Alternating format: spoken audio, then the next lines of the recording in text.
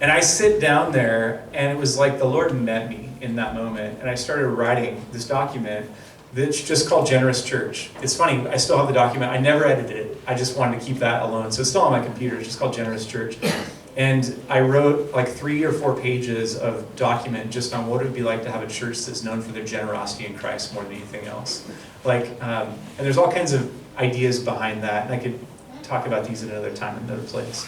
But that was the birthplace of the idea of Imprint Church. In fact, the idea originally, I thought, I wanted to call the church Generosity Church, which I bought the URL, and we still own it to this day. But I was like, nah, it doesn't really flow off the tongue a little bit. So I thought about calling it Watermark Church, because I thought that makes a mark on the community. And then there's another church in Texas that is called Watermark Church, and they sent me a cease and desist letter when I actually tried to name it that. I wish that was not a true story. Oh man, oh yeah. And so I came up with this idea from reading Hebrews 1 one day, where in Hebrews 1:3 it says, Jesus is the exact imprint of the nature of God. That's how it's written in the ESV. It's not written in the CSV or other, but it says imprint in the ESV. And so I remember telling my wife, I came home, I was like, I like the name Imprint Church. What do you think of that? And she's like, it sounds like a cult. I'm like, yeah, but I still like it, you know. I think it sounds awesome, you know. And so we put, this was back in the day when both of us were on Facebook, and she put on, this is amazing, she put on her Facebook page, what do you guys think of the name Imprint? We didn't tell anyone we were thinking about naming the church that, but all these people wrote back and were like, oh, it's like what the vampires do in Twilight. Or whatever. I'm like, oh, this is not going well. Vampires or werewolves? I don't know, I've never read them, I've never seen them, so I don't know what's going on, but there's all these people writing on Facebook who are like, oh no, we can't call the name Imprint, but it just kept sticking with us all the way through. And if we're going to be an imprint of the very nature of God in our community, it means being a generous community. And so that's really the birthplace of Imprint Church, of the name coming from Hebrews 1:3, the imprint of Jesus in the community, the imprint of his generosity in the community. And eventually it started to come out a little more like, how do we become generous? We're not generous just for the sake of our own selves, our own glory, or anything like that. We're generous because Jesus has done so much for us. Like, he died to give us life. God, through the work of Christ on our behalf, gave us this new life. And out of that new life, we are to be changed people, different people. And so we don't act out of generosity for our own selves or because it's the right thing to do. We do it because of the gospel. And so we have this first G, the gospel, which is the foundation of our entire lives. And out of that, this is where the second piece of Imprint comes in, the 3 Gs, gospel, gratitude, and generosity. The second one, we respond to Jesus out of gratitude. And gratitude really transforms lives. I've seen this over 12 years, guys. It's so cool. I always thought originally when we thought of these 3 Gs, gospel, gratitude, generosity, that it wouldn't be that compelling of a vision. But I've watched how people's lives are changed by gratitude. If you're a parent, you know this. When your kids are grateful for things, it changes their whole view of things, you know. Shoot, when I'm grateful for something, it changes my whole view of things, you know. And out of that, we work out, in a sense, quote unquote, work out our salvation with fear and trembling. And that changes us into generous people. So that's the vision of Imprint. Gospel, foundation of everything. Gratitude, our lives in Christ, that we live in community and in families and all the things that you call us to. And generosity, not just in finances, but certainly finances, but in our time, the talents, the treasures that God has given to us. So that's the story of Imprint. All of the stuff I'm supposed to say is on our Imprint Church app. If you want to download it, you're welcome to. We only say this at introducing Imprint, so I don't care if you've downloaded it or not, but I'm just telling you it's there, and you can find that on there. One more thing, and then I think I'll pass over to Tom, because he'll give some history on why we believe in church planting so much. And that is, I want to give you some idea of our structure and kind of DNA philosophy of the church. And what this is when I was first planted from North Shore, if you know anything about North Shore, it is a church planting monolith. I mean, they have done so much through the years in planting churches around here. I don't think Kenmore's a plant of North Shore, but it wouldn't be surprised if it was, by the way, because they've planted so many churches. Cascade Church, there's daughter, granddaughter churches, and throughout the years they've done a really good job of planting churches. And so I came from Portland from this church plant. And so in my DNA, in my heart, was this idea of church planting is really important. And we've seen the benefit of it. We've seen people come to Jesus in church plants. Like, new churches attract new people. A new vision kind of attracts new people. And it's really cool to see that because they come along and they say, oh, that's weird. Imprint Church, is that a cult? I'm going to go check that place out. I'm just kidding. But they come in and see what's going on and they want to know, and it just attracts new people. And so I had from the very early days this idea that we want to be a church planting church. We don't want to just grow this church.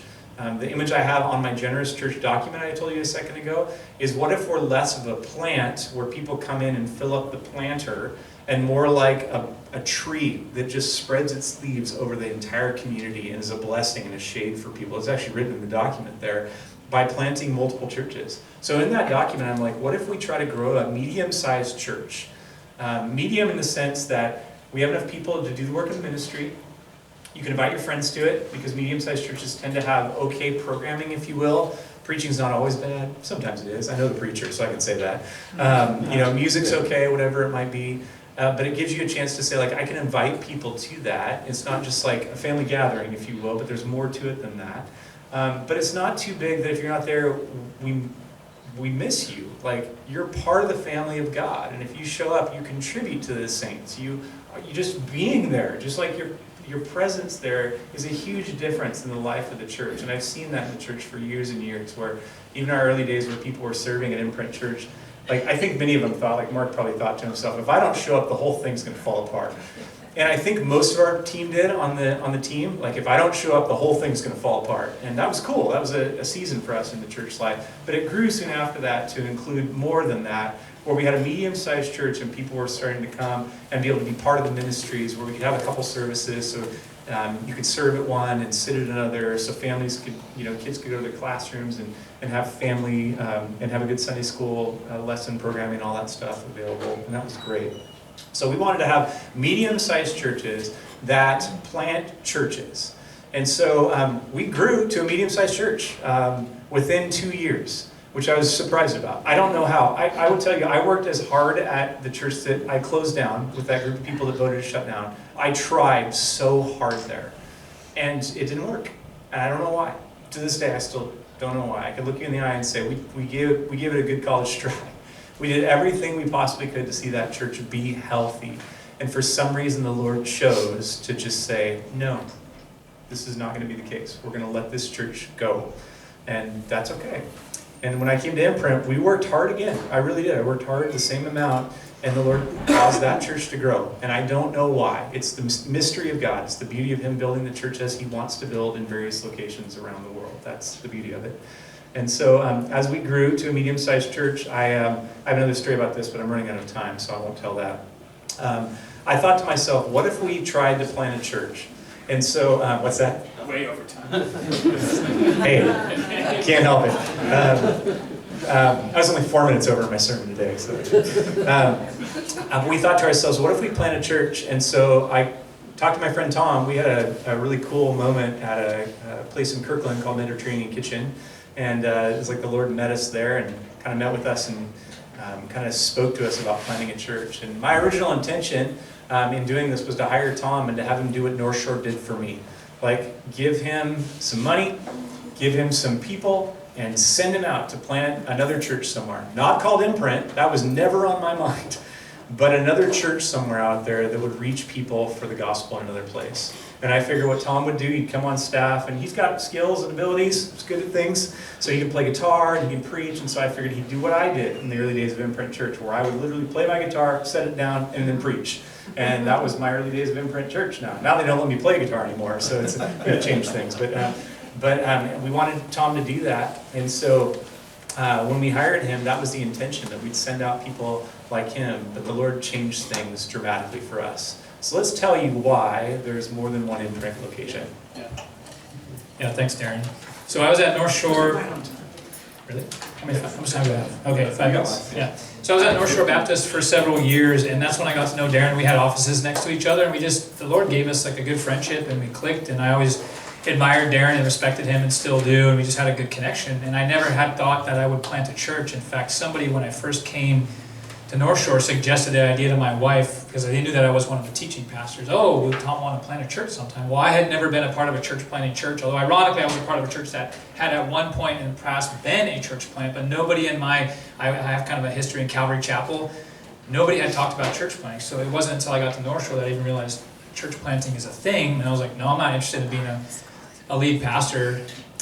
But after a few years at North Shore, just kind of that holy discontent kind of stirring and feeling like maybe the Lord was leading me to consider other things, I figured like my life is short on this planet. And I began to ask the question, what's the best my best contribution to the church and the world? And I really thought I think I just need to like open the Bible with people and teach the Bible. And I didn't really want to go to another big church. I didn't want to be a part of a mega church, because if you're going to hire a teaching pastor, usually it's a very large church that may have a senior pastor who will share the pulpit. I didn't really want to be a lead pastor. I just knew that I felt like I needed to teach the Bible. Not that I think I'm the best. By any means, I'm not, but I just felt like this is what God has for me. So then my wife and I began to pray about maybe the possibility of church planting. My old pastor from Oregon called me up and said, hey, I'm going to be retiring in a couple of years. I think